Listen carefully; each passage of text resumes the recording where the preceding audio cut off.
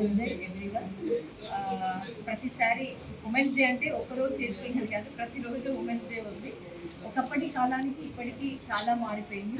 నిండి నేల అన్నీ అయి ఉమెన్ ముందుకు వెళ్తూ ఉంది. అట్ ద సేమ్ టైం అట్లనే మగవాళ్ళు ఇంట్లో ఉన్న అందరూ సపోర్ట్ చేయడం వల్లే ఈరోజు మా ఉన్నతి ఇంతవరకు వచ్చిందని నేను గర్వంగా చెప్తున్నాను. ఇప్పుడు నుండి నేను ముస్లిం చెప్తున్నాను ఈరోజు నుండి హౌస్ వైఫ్ అనేది తీసేయండి.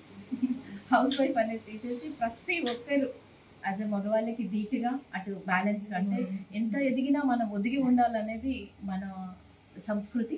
మనం ఎంత ఎదిగినా సరే బీయింగ్ ఏ ఉమెన్గా మనం ఎదగాలి, అట్ ద సేమ్ టైం ఒదిగి ఉండాలి. ఎక్కడ నెగ్గాలో అక్కడ నెగ్గాలి, ఎక్కడ తగ్గాలో అక్కడ తగ్గాలి.